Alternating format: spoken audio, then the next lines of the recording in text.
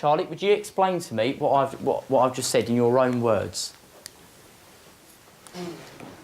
Tell it as a journey. Imagine you're a piece of molten rock that has just popped up at the Atlantic Ridge. Now, Charlie, I thought that was great. And let's just remind ourselves what happened there. First of all, you asked him a question. He's a child who I guess can mess about. And one of the reasons he might mess about is he doesn't expect to be right about things. Right, what's going to happen to you now to get you back into a molten rock state again?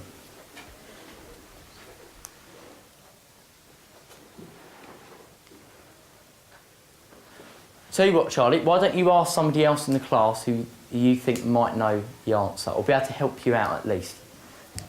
James. OK, James?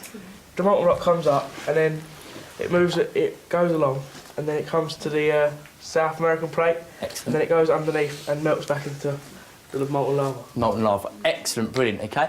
And as it's going past... It's actually quite important because sometimes if a question ends up on him, a lot of what comes off of that, I think, helps a lot of other people which aren't probably of the same ability as him, but because they don't make a noise, I don't sort of focus on them. But I think a lot of the mistakes that he makes, they would make as well.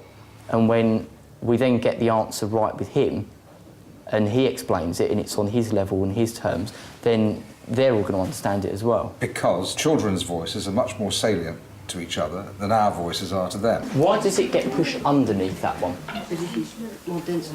Excellent, yeah? Yeah? You see that?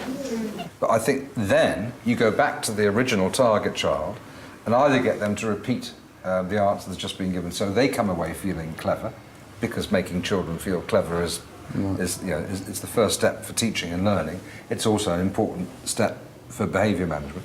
Or what you did, which I think was absolutely textbook, you went back and did some coaching with him. And as it slides past, what happens? It rubs. Causes friction and vibrations, which lead to our... and volcanoes. Yes. OK? So that you created the conditions for him to be successful at the end of the lesson and teach the other children. And that's teaching and learning and behaviour just, pushed together. OK, Charlie, imagine you are a piece of lava that has just appeared in the middle of the Atlantic Ocean, right, at the bottom. What's going to happen to your journey now to get you back into a molten rock state? I'm going to float on a bit of molten rock. No, molten, I think. Sorry, what layers you're going to float on? You then?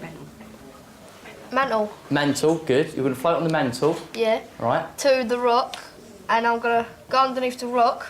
What's the rock called? South American plate. Good, South American plate, excellent. And we're going to rub together. Yeah. OK.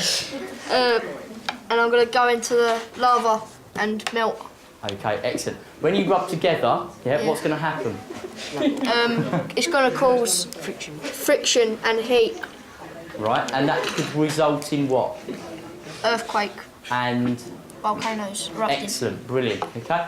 That is a top-level answer. Excellent. I think Charlie deserves a clap for that. OK, brilliant.